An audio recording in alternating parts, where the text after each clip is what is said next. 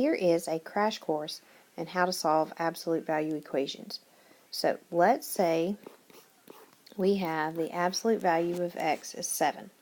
Well, remember, absolute value means distance from 0. So we want which numbers have a distance from 0 of 7. Okay, well, the obvious one is 7, right? It has a distance from 0 of 7. But there's another number who has an absolute value of 7, and that is negative 7, right? They both have a distance from 0. The absolute value of 7 is 7. The absolute value of negative 7 is 7. So this absolute value has two answers. X is 7 or x is negative 7. You might also see this written like this. Most of the time, not all the time, but most of the time, absolute value equations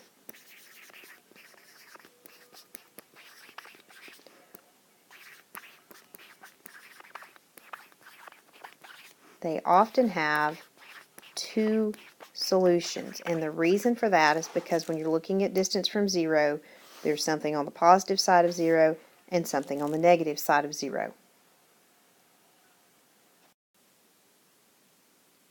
Now, let's make it a little more complicated.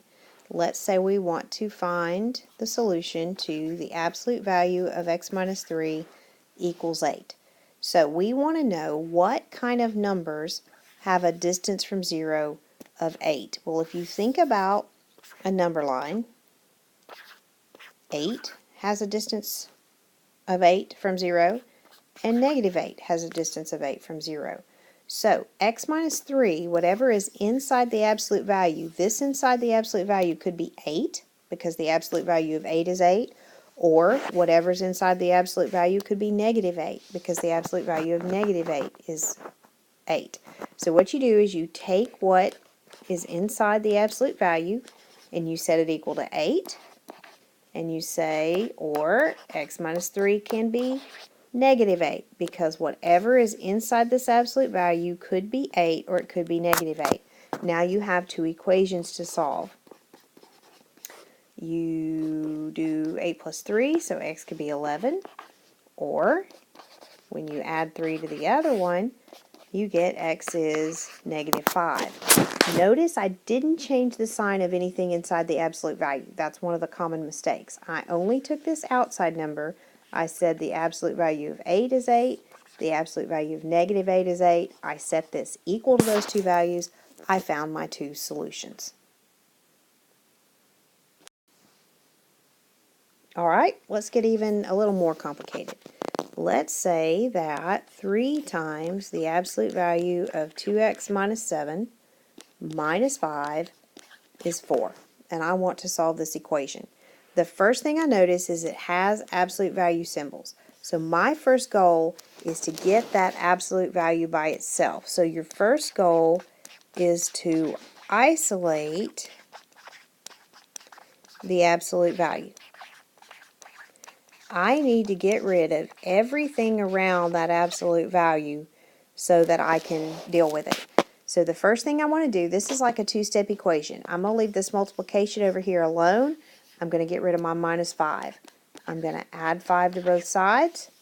I get 3 times the absolute value of 2x minus 7 equals 9. Now I can get rid of the 3. I'm going to divide both sides by 3. So the absolute value of 2x minus 7 equals 3. Now it looks just like we did before. What two numbers have an absolute value of 3? Well, if you think about a number line, 3 has an absolute value of 3. Negative 3 has an absolute value of 3. So we're going to take the 2x minus 7 and we're going to say it equals 3, or 2x minus 7 equals negative 3, because whatever is inside the absolute value can be 3 or negative 3. We're going to solve. We're going to add 7. We get 2x equals 10. Divide both sides by 2. We get x is 5. Or, we're going to do it again. We get 2x equals 4. Divide both sides by 2. And x is 2. So my two solutions is x equals 5 or x equals 2.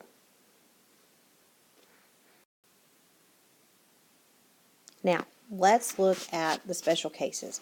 When does absolute value not have two answers? I said that it often has two answers, but not always. Let's look at the easy one. Let's say we want the absolute value of x to be 0. What numbers have a distance from 0 of 0? Well, there's only one, right? X equals 0. There is no negative 0. The opposite of 0 is 0. We're done. Easy, right? Now, let's look at this special case. Let's say the absolute value of 3x plus 5 plus 6 is negative 2. And I want to solve this. So the first thing we do, just like we said a minute ago, is isolate that absolute value. So I have to get rid of this plus 6. So I'm going to subtract 6. And I get the absolute value of 3x plus 5 is negative 8. Now, look at this and think about it. I am saying the absolute value of something is a negative 8. Can we take the absolute value of a number and get a negative? No. Absolute value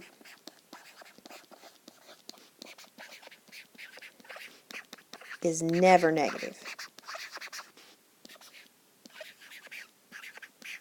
And let me add into that the absolute value of a number is never negative. The absolute value of something can never be negative.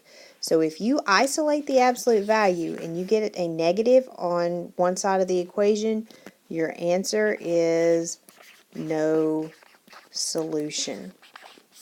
No solution. There is no number that we can put in there that will give us something where we get an absolute value of a negative 8.